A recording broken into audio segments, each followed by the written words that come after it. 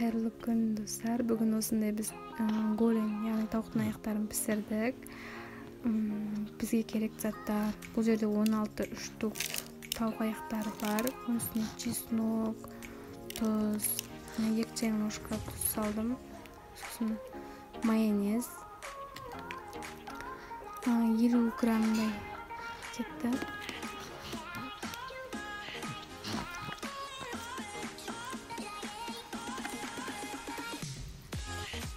Onun üstüne sırf maya olsun. Bu белый полный солда 40 gram. Сосын соевый соус.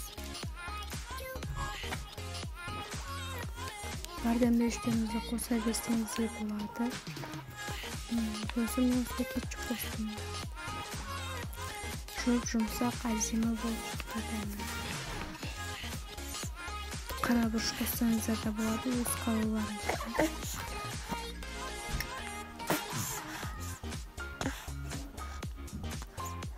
Осылай барлығын араластырып, 1 сағатқа қойып қойсаңыздар болады. Мен бір түнге қалдырдым. Ертесіне таңда осылай пісіріп алдым.